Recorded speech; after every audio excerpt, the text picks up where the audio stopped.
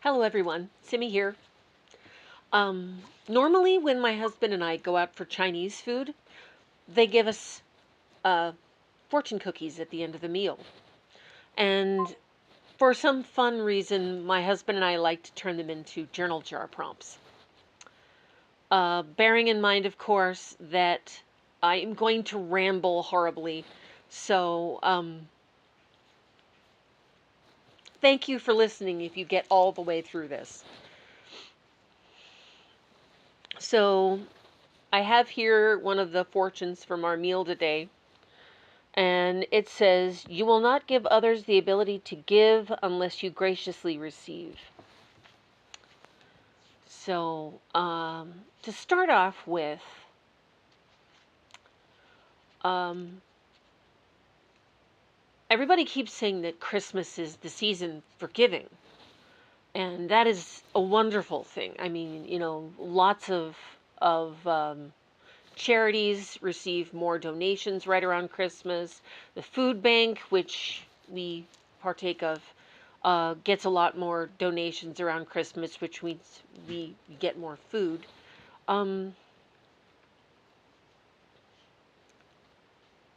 And we're grateful for that. Giving is important. But along with giving comes receiving. And so this is right.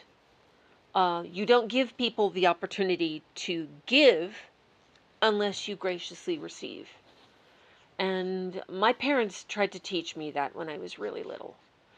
We didn't have a lot of money, just like now. And so it was considered gauche to complain about the things that we were given at Christmas if they were not expensive. My parents did everything they could to get us the things that we wanted. My mother made a lot of the things that we wanted by hand. At one point, I asked for a Cabbage Patch doll, and my mother made me a Cabbage Patch doll. I don't still have it. I wish that I did. But most of the best things that I received from my parents were things that they made for me.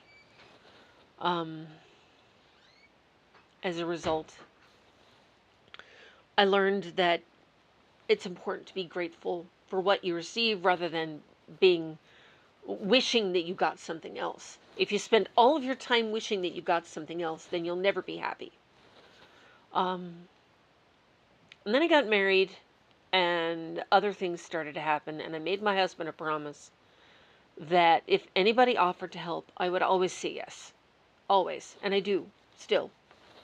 And that's part of graciously receive. Like if somebody wants to give you something, you say yes. If somebody wants to help you, you say yes.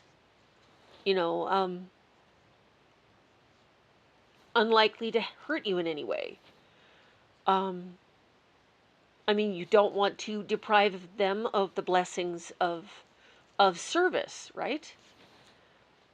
And then probably the most important gift that we should be graciously receiving would be the atonement.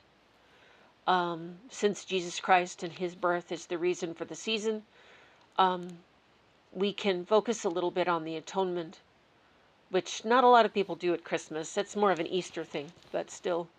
And remember that it is thanks to his atonement that we are able to repent and eventually go home. And so, to take that particular thought into account in our lives, to graciously receive the atonement, to graciously receive the blessings of those people who choose to give to us, to graciously receive the blessings of the gifts given to us by family and friends, and to graciously receive the blessings of the day.